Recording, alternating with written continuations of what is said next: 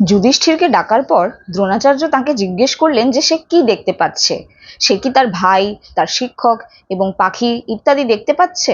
সে বলল হ্যাঁ, সে তার শিক্ষক, তার সহপাঠীদের, তার ভাইদের এবং পাখিটিকেও দেখতে পাচ্ছে।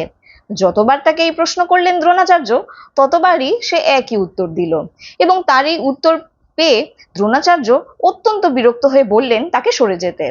এরপর তিনি এক এক করে পাণ্ডুর বাকি পুত্রদেরও ডাকলেন, তবে অর্জুনকে বাদ দিয়ে, এবং কৌরবদেরও ডাকলেন।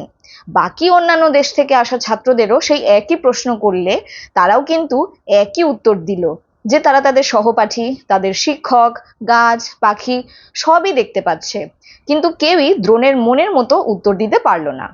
এরপর সবশেষে তিনি ডাকলেন অর্জুনকে। অর্জুনকে বললেন তৈরি হতে, যাতে পাখিটির চোখ লক্ষ্য করে সে তীর চালাতে পারে। অর্জুন তৈরি হলো।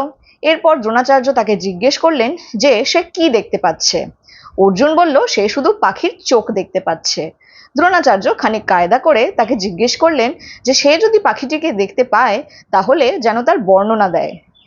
কিন্তু অর্জুন বলল সে শুধুই পাখিটির চোখটাকে লক্ষ্য করে আছে, তাই পাখিটার বর্ণনা দেওয়া তার পক্ষে সম্ভব নয়।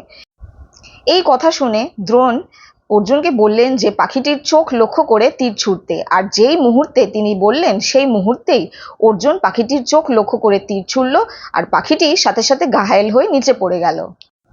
দ্রোণ অত্যন্ত খুশিতে আপ্লুত হয়ে অর্জুনকে বুকে জড়িয়ে ধরলেন এবং মনে মনে বললেন যে সেই একমাত্র পারবে যুদ্ধে ধ্রুপদকে হারাতে। কিন্তু এক সময়ের বন্ধু এখন শত্রু হলো কিভাবে?